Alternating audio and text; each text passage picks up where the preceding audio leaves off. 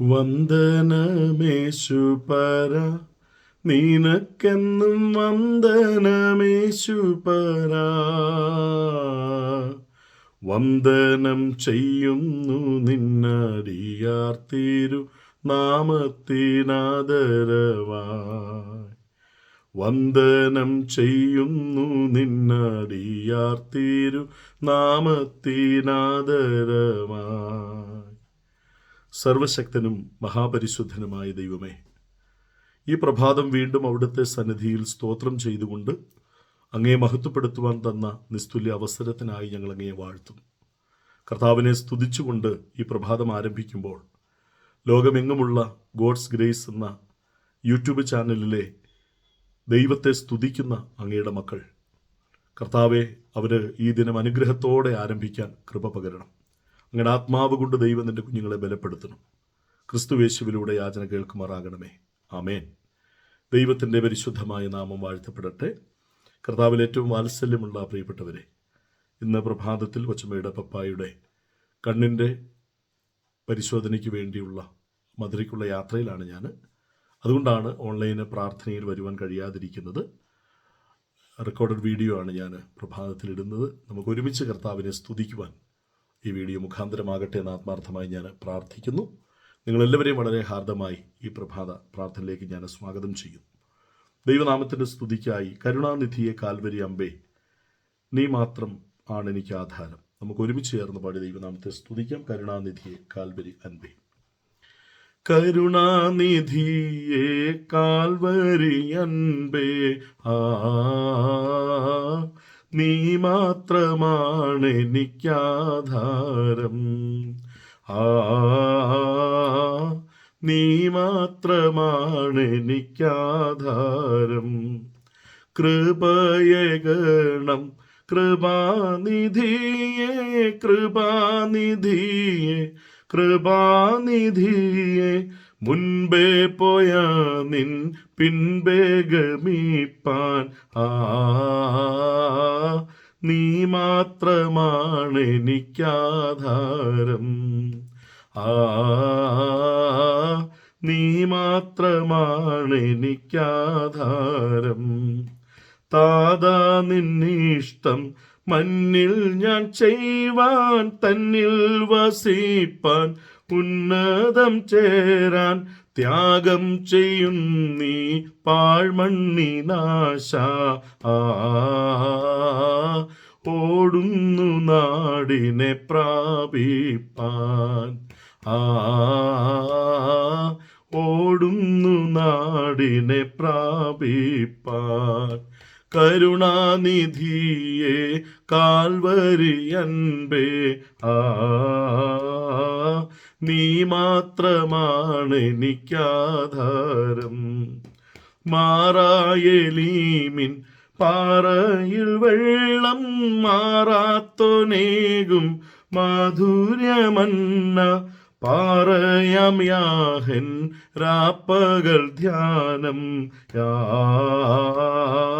യോർദാന്റെ തീരമെന്നാശ്വാസം. കരുണാനിധിയെ Calvary അൻപേ, നീ മാത്രമാണ് എനിക്കാധാരം. എന്നൻ സിയോനിൽ ചെന്നങ്ങു കാണും അന്നൻ കണ്ണീരും മാറും. കാനാനിൽ ഭക്തർ ശ്രവിക്കും കർത്തൃകഹളം. വ്യക്തമായി കാണുമെൻ രക്ഷകനെ. കരുണാനിധിയെ കാൽവരി അൻപേ, നീ മാത്രമാണ് എനിക്കാധാരം. നീ മാത്രമാണ് എനിക്കാധാരം. ദൈവത്തിൻ്റെ അതിപരിശുദ്ധമായ നാമം വാഴ്ത്തപ്പെടുമാറാകട്ടെ. സദൃശ്യവാക്യങ്ങളുടെ പുസ്തകം 4-ാം അധ്യായം അതിൻ്റെ 15-ാമത്തെ വാക്യമാണ് ഇന്ന് നമ്മൾ ഒരുമിച്ച് ധ്യാനിക്കാനായി പോവുക. ഇപ്രകാരമാണത്: അതിനോട് അകന്നു നിൽക്ക, അതിൽ നടക്കരുത്, അത് വിട്ട് മാറി കടന്നു പോകാം. ദുഷ്ടന്മാരും ദുർജനങ്ങളും നടക്കുന്ന പാത, രണ്ട് അർത്ഥത്തിലാണ് അതിനെ നമ്മൾ മനസ്സിലാക്കുക. ഒന്ന്, അത് എന്ന് പറഞ്ഞിട്ടുള്ളത് ദുഷ്ടന്മാർ അല്ലെങ്കിൽ ദുർജനങ്ങൾ. രണ്ട്, അത് എന്ന് ഈ 15-ാമത്തെ വാക്യം പറഞ്ഞിട്ടുള്ളത് ദുഷ്ടന്മാരുടെ അല്ലെങ്കിൽ ദുർജനങ്ങളുടെ പാത, അവരുടെ വഴി. വാസ്തവത്തിൽ അവരുടെ വഴിയായിരിക്കാം ഇവിടെ അർത്ഥമായി സൂചിപ്പിച്ചിട്ടുള്ളത് എന്നാണ് നാം മനസ്സിലാക്കുക.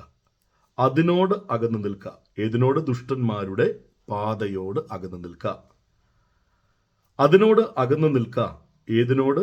ദുർജനങ്ങളുടെ വഴിയിൽ നിന്ന് അകന്ന് നിൽക്കുക. വളരെ പ്രധാനപ്പെട്ട ഒരു അഡ്വൈസാണ്. ദൈവത്തെ മറക്കുന്ന, ദൈവകൽപ്പനകളെ നിരസിച്ച് കളയുന്ന ധാരാളം വ്യക്തിജീവിതങ്ങളും മനുഷ്യരുമുള്ള ഈ സമൂഹത്തിൽ നിന്ന് ഓടിപ്പോകാനായിട്ട് നമ്മളെ കൊണ്ട് പറ്റില്ല. യോഹന്നാന്റെ സുവിശേഷം 17-ാം അധ്യായത്തിൽ നമ്മുടെ കർത്താവ് പ്രാർത്ഥിച്ചതുപോലെ, ദൈവമേ, എൻ്റെ ജനത്തെ ലോകത്തിൽ നിന്ന് എടുക്കണമെന്നല്ല, ലോകത്തിൽ തന്നെ അവർ വിശുദ്ധ ജീവിതം നയിക്കുന്ന വേർതിരിക്കപ്പെട്ടവരായി നിലനിൽക്കേണ്ടതിന് അവരെ സഹായിക്കണമേ എന്നാണ് യേശു കർത്താവ് നമുക്ക് വേണ്ടി പ്രാർത്ഥിക്കുന്നത്. അപ്പോൾ നമ്മുടെ മുൻപിൽ ദുഷ്ടന്മാരുടെ പാത കാണുമ്പോൾ നമ്മൾ എന്താണ് ചെയ്യേണ്ടത്? അതിലൂടെ ഒന്ന് നടന്നു നോക്കാമെന്നുള്ള സാഹസം കാണിക്കരുത്. അതിലൂടെ അനേകം ആൾക്കാർ നടക്കുന്നുണ്ടല്ലോ, അവർക്കൊന്നും പറ്റുന്നില്ലല്ലോ എന്നുള്ള നിസാര മനോഭാവവും കാണാൻ പാടില്ല. ഒരു ദൈവമനുഷ്യന്റെ മനസ്സിൽ എപ്പോഴും ഉണ്ടാകുന്നത് ആ വഴിയിൽ നിന്ന്, ആ പാതയിൽ നിന്ന് അകന്നു നിൽക്കുക. എത്രമാത്രം അതിലൂടെ പോകാനായിട്ട് സാധ്യതയുണ്ടെങ്കിലും, എത്രമാത്രം നിർബന്ധമുണ്ടെങ്കിലും, സാഹചര്യമുണ്ടെങ്കിലും, ദുഷ്ടന്റെ ആലോചനയിൽ നിന്നും ദുഷ്ടന്റെ പാതയിൽ നിന്നും അകന്നു നിൽക്കുക. തൊട്ടടുത്ത് പോയി വേണം വേണ്ട എന്നുള്ള അവസ്ഥയിൽ നിൽക്കാനായിട്ടല്ല, അരമനസ്സോടുകൂടി നിൽക്കാനായിട്ടല്ല. ഞാൻ മുൻപ് ഒരു ദിവസം പറഞ്ഞതുപോലെ, എനിക്ക് ആ പാത വേണ്ട, ആ സുഖം എനിക്ക് വേണ്ട, ആ രീതിയിലുള്ള ഒരു നേട്ടവും എനിക്ക് വേണ്ട. അപ്പോൾ ദൈവത്തെ ഈ ലോകത്തിലെ സുഖങ്ങൾ നേടുന്ന കേന്ദ്രമായി കാണുന്ന ആളുകളെ സംബന്ധിച്ച് ഇങ്ങനെ വേണ്ടെന്ന് വെക്കേണ്ട ആവശ്യം അവർക്കില്ല. കാരണം അവിടെ പോയാലും ദൈവത്തിൻ്റെ കൂടെ നിന്നാലും മാറി നടന്നാലും അവർക്ക് ഇത്തരത്തിലുള്ള സുഖങ്ങളാണ് വേണ്ടതെങ്കിൽ പിന്നെ അവർക്ക് വ്യത്യാസങ്ങളൊന്നുമില്ലല്ലോ. പക്ഷേ ദൈവമക്കളെ സംബന്ധിച്ച് പറയുന്നത്, നമ്മെ വിളിച്ച വിളി വിശുദ്ധന്മാർക്ക് ചേർന്ന ജീവിതം നയിക്കാനാണ് വിളിച്ചത്. അത് വാക്കാണെങ്കിലും ചിന്തയാണെങ്കിലും പ്രവൃത്തിയാണെങ്കിലും വിശുദ്ധന്മാർക്ക് ചേർന്ന ഒരു ജീവിതം നയിക്കണമെന്ന് തിരുവചനം പറയുമ്പോൾ അതുകൊണ്ട് വളരെ വ്യക്തമാണ്, അവരുടെ പാതയോട് നീ അകന്ന് തന്നെ നിൽക്കണം. നമുക്ക് ആരായിരിക്കണം കൂട്ടുകാർ?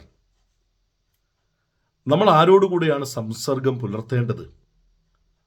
എപ്പോഴും ഓർക്കുക, നിരന്തരമായി തെറ്റ് ചെയ്യുന്ന, ദൈവത്തിൽ നിന്ന് അകന്നു പോകുന്ന ഒരു സുഹൃത്ത് നിങ്ങൾക്കുണ്ടെങ്കിൽ നിങ്ങൾ അവനെ ഇങ്ങോട്ട് ദൈവത്തിങ്കിലേക്ക് കൊണ്ടുവരുന്നതിനേക്കാൾ സാധ്യത കൂടുതൽ നിങ്ങളെ അവൻ വലിച്ചുകൊണ്ട് പോകുന്നതായിരിക്കും. അത് പലരുടെയും സാക്ഷ്യം അങ്ങനെയാണ് ഞാൻ കേട്ടിട്ടുള്ളത്. നമ്മൾ ഒരുപക്ഷെ നല്ല ഉദ്ദേശത്തോടൊക്കെ ആയിരിക്കും അവരോടൊക്കെ ചേർന്ന് നടക്കുന്ന, അവരുടെ കൂടെ പോയിരിക്കുന്നതും അവരോട് സംസാരിക്കുക, നമ്മൾ വിചാരിക്കുക അവരെ പെട്ടെന്ന് ഇങ്ങോട്ടും കൊണ്ടുവരാം. പക്ഷെ പലപ്പോഴും ഈ എതിർദിശയിലേക്കുള്ള പോക്ക്, അത് ലോകചരിത്രം മുഴുവൻ നിങ്ങൾ നോക്കിയാൽ ക്രിസ്തീയ വിശ്വാസത്തിൽ നിന്ന് മറ്റ് തലങ്ങളിലേക്കുള്ള മാറിപ്പോക്കാണ് വളരെ ശക്തം. ഒരു കാലത്ത് ക്രിസ്തു വിശ്വാസത്തിലേക്ക് വന്ന ആളുകൾ പോലും വിശ്വാസ ജീവിതത്തിൽ യാത്ര ചെയ്യുമ്പോൾ ഈ പറഞ്ഞതുപോലെ തെറ്റായ വഴിയിൽ നിന്ന് അകന്നു നിൽക്കാത്തത് മൂലം, അതിലൂടെ എന്നാ സംഭവിക്കുന്നത്, ചില പരീക്ഷണ ചോദ്യങ്ങളൊക്കെ മനസ്സിലുള്ളത് മൂലം ഒരുപക്ഷെ അതിൻ്റെ അകത്ത് ചെന്ന് വീഴാനായിട്ട് വളരെ സാധ്യത ഉണ്ട്. അതുകൊണ്ടാണ് അകന്നു നിൽക്കുക. പിന്നെ അതിൽ നടക്കരുത്. ഒരു സ്റ്റെപ്പ് പോലും അതിൽ നിന്റെ കാല് മുൻപോട്ട് പോകാൻ പാടില്ല. അബദ്ധത്തിൽ അവിടെ ചെന്നുപെട്ടാൽ പെട്ടെന്ന് കാല് പിന്നോട്ടെടുത്ത് വളരെ പെട്ടെന്ന് സേഫ് സോണിൽ എത്തിക്കൊള്ളുക. ഇല്ലെങ്കിൽ അതിൻ്റെ അവകാശവാദം നമുക്കുണ്ടാവും. ഞാൻ ഈ പറയുന്നത് ഒരുപാട് അർത്ഥം വിശദീകരിക്കേണ്ടതാണ്, പക്ഷെ ഞാനത് വിശദീകരിക്കുന്നില്ല. കാരണം അത് ചില ആളുകൾക്കെങ്കിലും അസ്വസ്ഥത ഉളവാക്കുമെന്ന് എനിക്ക് നല്ല ബോധ്യമുണ്ട്. ചിലപ്പോൾ കാലുപെട്ടു, ആരും കാണുന്നില്ല, ആരും അറിയുന്നില്ല, ഞങ്ങളുടെ അച്ഛൻ കണ്ടില്ല, അല്ലെങ്കിൽ ഞങ്ങളുടെ ബിഷപ്പ് അതിനെക്കുറിച്ച് അറിയുന്നില്ല എന്ന ആ പാതയിലൂടെ ചിലങ്ങ് നടന്നു നോക്കിയേക്കാം. അങ്ങനെ ചിന്തിക്കുന്ന ഒരുപാട് ആൾക്കാരുണ്ട്. നമ്മൾ ദൈവത്തെ മാനിക്കുന്നതിന് പകരം മനുഷ്യരെ മാനിച്ച് പോയി കൂടാ. ഒരച്ഛനെയോ ബിഷപ്പിനെയോ സഭാ നിയമങ്ങളെയോ അതിലപ്പുറമായി ദൈവത്തിൻ്റെ കൽപ്പനകളെ മാനിച്ചു വേണം. തെറ്റായ പാതയിൽ ഞാൻ പോവില്ല എന്ന് തീരുമാനമെടുത്താൽ പിന്നെ പോകാൻ പാടില്ല. മറ്റാരെങ്കിലും കണ്ടോ ഇല്ലയോ, എൻ്റെ കൂടെ മറ്റാരുമില്ല, ആ ഒരു ബോധ്യത്തോടെ, ആ ഒരു ചിന്തയോടുകൂടി ആവരുത് വിശ്വാസ ജീവിതത്തിൻ്റെ യാത്ര. അതുകൊണ്ട് പറയുക, അകന്നു നിൽക്കണം, അതിൽ ഒട്ടും നടക്കാൻ പാടില്ല, ഒരു സ്റ്റെപ്പ് പോലും അതിൽ മുൻപോട്ട് പോകാനായിട്ട് പാടില്ല. പിന്നീട് അടുത്ത കാര്യം പറയുന്നത് എന്താണ്? അത് വിട്ടുമാറി കടന്നു പോവുക. ആ വഴി അവിടെ കടന്നോട്ടെ, അത് വിട്ടുമാറി മറ്റു വഴിയിലൂടെ നീ കടന്നു പോകൂ. അവിടെ തന്നെ അധികം നേരം നോക്കി നിൽക്കണ്ട, അവിടെ തന്നെ അധികം നോക്കി നിൽക്കേണ്ട. അതിൻ്റെ രസം പിടിച്ച് അത് കൊള്ളാലോ എന്നുള്ള ചിന്തയോടെ പോയി നിൽക്കാൻ പാടില്ല. ഈ മദ്യം ഉപയോഗിച്ച് തുടങ്ങിയ ചില ആൾക്കാരുടെ സാക്ഷ്യം ഞാൻ കേട്ടിട്ടുണ്ട്. അല്ലെങ്കിൽ പുകവലി ആരംഭിച്ച് തുടങ്ങിയ ആൾക്കാരുടെ ചില അനുഭവങ്ങളെക്കുറിച്ച് ഞാൻ കേട്ടിട്ടുണ്ട്. അവർ പറയുന്നത്, കൂട്ടുകാർ പറഞ്ഞു, ഇതൊന്ന് കുടിച്ച് നോക്കിയേ, എടാ എന്ത് സുഖമാണെന്നറിയാമോ. ആദ്യമൊക്കെ അതിനെ എതിർത്ത്, എനിക്ക് പറ്റത്തില്ല, ഞാനത് ചെയ്യില്ല എന്നൊക്കെ. പക്ഷെ നിർബന്ധം കൂടിയപ്പോൾ ഒരു നേരമല്ലേ എന്നും പറഞ്ഞ് സ്വല്പം ഒന്ന് മണപ്പിച്ചു. പിന്നെ അതിൻ്റെ ടേസ്റ്റ് ഒന്ന് എടുത്തു. പിന്നീട് അറിയാതെ അതിൻ്റെ അടിമത്തത്തിലേക്ക് പോയി. എപ്പോഴും ഓർക്കുക, പാപത്തിൻ്റെ ഒരു വലിയ സ്വഭാവം ഇതാണെന്നാണ് പറയുക, അല്ലെങ്കിൽ തെറ്റിൻ്റെ വലിയൊരു സ്വഭാവം ഇതാ. അതിൻ്റെ രുചി പിടിച്ചു കഴിഞ്ഞാൽ പിന്നെ അതിൽ നിന്ന് വിട്ടുമാറാനായിട്ട് ഭയങ്കര ബുദ്ധിമുട്ടാണ്. പാപത്തിൻ്റെ ഒരു വലിയ പ്രശ്നം അതാണ്. അതിൻ്റെ രുചി എന്ന് പറയുന്നത് നമ്മുടെ ജഡത്തെ സുഖിപ്പിക്കുന്ന രുചിയാണ്. എല്ലാ പാപത്തിൻ്റെയും രുചി എന്ന് പറയുന്നത് ശാരീരിക തൃഷ്ണയെ, ശാരീരിക താല്പര്യത്തെ തൃപ്തിപ്പെടുത്താൻ വേണ്ടിയുള്ള പരിശ്രമമായിട്ടാണ് അതിനെ പലപ്പോഴും ആളുകൾ കാണുക. എല്ലാ പാപ സ്വഭാവങ്ങളും അങ്ങനെയാണ്. നിങ്ങൾ പരീക്ഷിച്ചു. അത് സ്വല്പസമയത്തേക്ക് ഒരു സംതൃപ്തി, ഒരു തൃപ്തി നമുക്ക് നൽകുന്നുവെന്ന് നമുക്ക് തോന്നാം. അതുകൊണ്ട് അതിലേക്ക് നമ്മൾ നോക്കി നിൽക്കും. അത് കുഴപ്പമില്ലെന്ന് വിചാരിച്ച് അന്ന് ടേസ്റ്റ് ചെയ്ത് നോക്കാനായിട്ട് തോന്നും. അല്ലെങ്കിൽ അത് ചെയ്ത എന്നാ കുഴപ്പം, ആ രീതിയിലുള്ള ചിന്ത നമുക്ക് തന്നിട്ട് പിന്നെ അതിലേക്കങ്ങ് വീണ് താഴ്ന്നു പോകുന്ന അനുഭവമാണ് പലപ്പോഴും നമ്മൾ കാണുക. അതുകൊണ്ട് പ്രിയരെ, നമ്മളുടെ ഈ വിശ്വാസ ജീവിത യാത്രയിൽ വിശ്വാസത്തിൽ നിന്ന് എന്നെ പിന്നോട്ടടിക്കുന്ന ഒരു സാഹചര്യങ്ങളോടും കൈകൊടുത്ത് നിൽക്കാൻ പാടില്ല എന്ന് തന്നെയാണ് ദൈവത്തിൻ്റെ വചനം നമ്മളെ പഠിപ്പിക്കുന്നത്. അതുകൊണ്ട് അത് വിശ്വാസപരമായിട്ടുള്ള കാര്യങ്ങളായിക്കൊള്ളട്ടെ, ഇനിയല്ല മറ്റുള്ള ബന്ധപരമായിട്ടുള്ള കാര്യങ്ങൾ എന്തുമാകട്ടെ, ദൈവത്തിന് നിരക്കാത്തത്, കൽപ്പനയ്ക്ക് നിരക്കാത്തത്, ദൈവത്തിൻ്റെ വചനത്തിന് നിരക്കാത്തതായ ഒരു കാര്യം എവിടെയെങ്കിലും നടക്കുന്നത് കണ്ട, അതിപ്പം സ്വന്തം വീട്ടിലാണെങ്കിലും സ്വന്തം കൂട്ടിലാണെങ്കിലും സ്വന്തം നാട്ടിലാണെങ്കിലും അതിനെ വിട്ട് ദൈവമകൻ എന്നുള്ള നിലയിൽ മാറിപ്പോകുന്നത് തന്നെ ഏറ്റവും ഉചിതം. നോക്കിക്കേ, അകന്നു നിൽക്കുക, ആ വഴിയിൽ നടക്കരുത്. പിന്നീട് എന്താണ്? വിട്ടുമാറി കടന്നു പോവുക. അവർ ചെയ്യട്ടെ, നിനക്ക് അതിൽ ഒരു പങ്കും ഉണ്ടാകാൻ പാടില്ല. നീ വിട്ടുമാറി നടന്നു പോകൂ. ദുർജനത്തിൻ്റെ പാത, ദുഷ്ടൻ്റെ വഴി, അത് വിട്ടുമാറി തന്നെ ദൈവത്തിൻ്റെ മനുഷ്യൻ ജീവിക്കണമെന്നാണ് ദൈവത്തിൻ്റെ ഉപദേശം. പ്രിയരെ, ഇത് നമ്മുടെ വിശ്വാസ ജീവിതത്തോട് എപ്പോഴും ചേർത്ത് വയ്ക്കേണ്ടതാണ്. നമ്മുടെ കൂടെയുള്ളവർ നിർബന്ധിക്കുമ്പോൾ, നമ്മുടെ കൂട്ടുകാർ നമ്മളെ വലിച്ചിഴച്ചു കൊണ്ടുപോകുമ്പോൾ, അല്ലെങ്കിൽ കുഴപ്പമില്ല, ആരറിയാനാ എന്നുള്ള ചിന്തയോടെ. ഒരു ദിവസം ഒരു മനുഷ്യൻ എന്നോട് പറഞ്ഞൊരു കാര്യം, അച്ഛാ, ഞാൻ ഒരു വലിയ മദ്യത്തിന് അടിമപ്പെട്ട ഒരാളല്ല, പക്ഷേ വലിയ കാര്യത്തിന് പുള്ളി പറയുന്നത്, അവസരം വരുമ്പോൾ കൂട്ടുകാരൊക്കെ ഒരുമിച്ച് പോകുമ്പോൾ ഞാനൊരു പെഗ് കഴിക്കും. പുള്ളി പറഞ്ഞൊരു വാക്ക്, ഞാനൊരു പെഗ്, അത് തെറ്റാണോ അച്ഛാ? പുള്ളി എന്നെ കൺവിൻസ് ചെയ്യിപ്പിക്കാൻ വേണ്ടി ചോദിക്കുക, അത് തെറ്റാണോ അച്ഛാ? ഞാൻ വചനം എടുത്ത് കൈ കൊടുത്തു, മദ്യപാനി സ്വർഗരാജ്യം അവകാശമാക്കുന്നില്ല. അപ്പോൾ ഈ സ്വയതൃപ്തീകരണത്തിന് വേണ്ടി അതിനെ തെറ്റ് ചെയ്തു പോയിട്ട് അതിനെ ന്യായീകരിക്കാൻ വേണ്ടി വചനത്തെ കൂട്ടുപിടിക്കേണ്ട ആവശ്യമില്ല. പറ്റിയാൽ കർത്താവെ പറ്റിപ്പോയി, ഇനി അത് പറ്റാതിരിക്കാൻ വേണ്ടി ഞാൻ എന്നെ തന്നെ നിന്റെ കരങ്ങളിലേക്ക് തരുന്നു എന്ന് പറയുക എന്നാണ് കാമ്യം. അതിനപ്പുറത്തേക്ക് വീണെടുത്ത് കിടന്ന് ഉരുളുക, ഞാൻ ചെയ്തത് ശരിയാണെന്ന് ആരോടാ ബോധ്യപ്പെടുത്തുന്നത്? എന്നോട്, എന്നെപ്പോലെ ബലഹീനായ ഒരു മനുഷ്യനെ ബോധ്യപ്പെടുത്തി എന്ത് പ്രയോജനം? ഞാൻ അദ്ദേഹത്തോട് പറഞ്ഞു, നിങ്ങൾ ദൈവത്തോട് ചോദിച്ചു നോക്കൂ. എന്നോട് പറഞ്ഞിട്ട് കാര്യമില്ല. നിങ്ങൾ ദൈവത്തോട് ചോദിച്ചു നോക്കൂ, ദൈവവചനത്തോട് നിങ്ങൾ സംസാരിക്കൂ. ആ വചനം നിങ്ങൾ ചെയ്ത് ശരിയാണെന്ന് പറയാം, ഓക്കെ, അത് നിങ്ങളുടെ മനസാക്ഷി വചനവും തമ്മിലുള്ള ബന്ധത്തിലാകട്ടെ. അല്ലാതെ ഒരച്ഛൻ, ഇനിയിപ്പോൾ മറ്റൊരിടത്ത് പോയി നിങ്ങൾ പറയും, ഒരു അച്ഛനോട് ഞാൻ ചോദിച്ചപ്പോൾ അച്ഛൻ കുഴപ്പമില്ലെന്ന് പറഞ്ഞു, ഉണ്ടോ? അവിടെ തടിതപ്പാണ് ഉദ്ദേശം. എന്തിനാണ് അല്ലേ? ദൈവത്തിൻ്റെ വചനം നിയന്ത്രിക്കുന്ന ഒരു വ്യക്തിയെ സംബന്ധിച്ച് തെറ്റായ പാതയിൽ അകന്നു നിൽക്കണം. അതിൽ ഒരു സ്റ്റെപ്പ് പോലും മുൻപോട്ട് വെക്കാനായിട്ട് പാടില്ല. വിട്ടുമാറി കടന്നു പോകണം.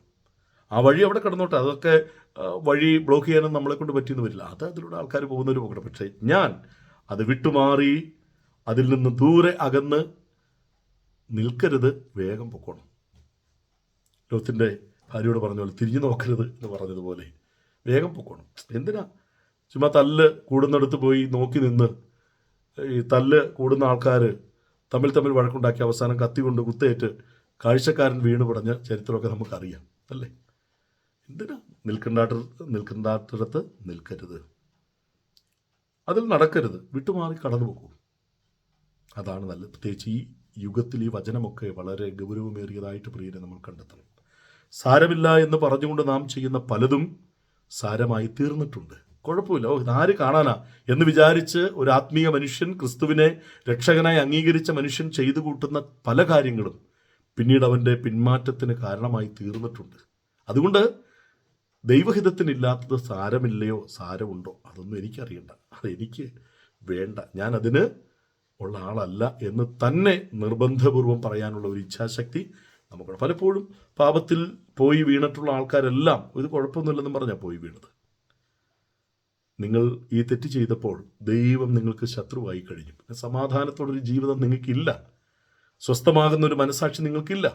അതുകൊണ്ട് പ്രിയരെ വളരെ ഗൗരവത്തോടെ ഈ വചനത്തെ കൈക്കൊള്ളുക. അതുകൊണ്ട് നമ്മുടെ വിശ്വാസം, നിങ്ങളുടെ വിശ്വാസം, നമ്മൾ ജീവിക്കുന്ന ലോകം അത് തിന്മയുടെ പിടുത്തത്തിലാണെന്ന് വളരെ വ്യക്തമായി നമുക്കറിയാം. അതുകൊണ്ട് വളരെ ഗൗരവത്തോടെ നമ്മുടെ അനുദിന ജീവിതം, നമ്മുടെ ചിന്ത, ഇതൊക്കെ വളരെ വ്യക്തമായി മനസ്സിലാക്കിക്കൊണ്ട് തന്നെ മുന്നേറുവാൻ ദൈവത്തിൻ്റെ ആത്മാവ് നമ്മെ സഹായിക്കട്ടെ എന്നുള്ള പ്രാർത്ഥനയോടെ തിരുവചന ശുശ്രൂഷൻ അവസാനിപ്പിക്കണം. ഞാൻ പറഞ്ഞതുപോലെ ഞാൻ യാത്രയിലാണ്.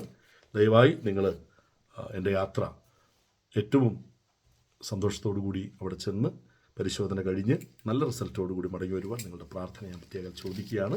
പ്രാർത്ഥന പങ്കെടുക്കുന്ന എല്ലാവർക്കും ദൈവം നന്മ വരുത്തട്ടെ. കേട്ട വചനം നന്മയായി തീരട്ടെ. കർത്താവേ, പരിശുദ്ധ പിതാവേ, ഞങ്ങളെ കേൾപ്പിച്ച ദൈവവചന പ്രകാരം ഏത് പാതയിൽ നിന്ന് അകന്ന് മാറി നടക്കണമോ, എവിടെ നോക്കി നിൽക്കരുതോ, ജീവിത വഴികളിൽ ഞങ്ങളെപ്പോഴും തനതായ ഒരു ജീവിത ശൈലി സ്വീകരിച്ചുകൊണ്ട് മറ്റാരെയും നോക്കാതെ വചനത്തിൻ്റെ അടിസ്ഥാനത്തിൽ തന്നെ വാക്കും ചിന്തയും പ്രവൃത്തിയും സുഖലോലുപമായ ഈ ലോകത്തിൽ ലോകസുഖ മോഹങ്ങളാകുന്ന വലിയ നീർക്കുമളുകൾ ഞങ്ങളെ മാടി വിളിക്കുമ്പോൾ അത് ജീവന്റെ നാശത്തിനാണെന്നുള്ള തിരിച്ചറിവോടെ അതിനെ വിട്ടുമാറി വിശുദ്ധിയിൽ നിൽക്കുവാൻ കർത്താവെ അവിടെ ഞങ്ങളെ സഹായിക്കണം.